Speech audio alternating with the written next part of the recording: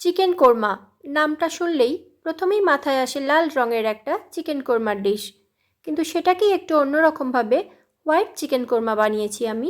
প্রথমে কয়েকটা পেঁয়াজ আর কাজুকে সিদ্ধ করে পেস্ট বানিয়ে রাখবো। এবার কড়ায় ঘি আর সাদা তেল গরম করে এক এক করে লাল লাল করে চিকেন আর আলুটা ভেজে তুলে নেব। ওই তেলের মধ্যেই দিয়ে দেবো পেঁয়াজ আর কাজুর পেস্ট। এবার এটাকে খুব ভালো করে কষিয়ে নিতে হবে যতক্ষণ না পেঁয়াজের কাঁচা গন্ধটা চলে যায়। এবার ওর মধ্যে আদা রসুন কাঁচা লঙ্কার পেস্ট দিয়েও খুব ভালো করে কষিয়ে নেব।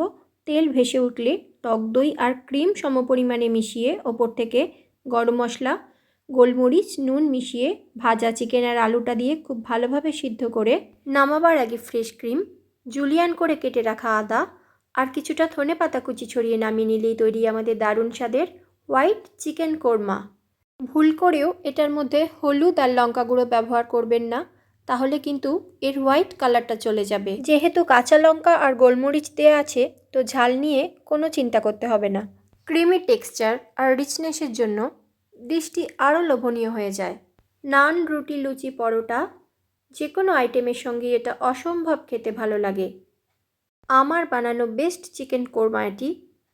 আপনারাও চাইলে একবার বাড়িতে নিশ্চয়ই ট্রাই করবেন। ভিডিওটি যদি ভালো লেগে থাকে অবশ্যই চ্যানেলটিকে সাবস্ক্রাইব করে দেবেন আর লাইক, শেয়ার, কমেন্ট করবেন। Thank you.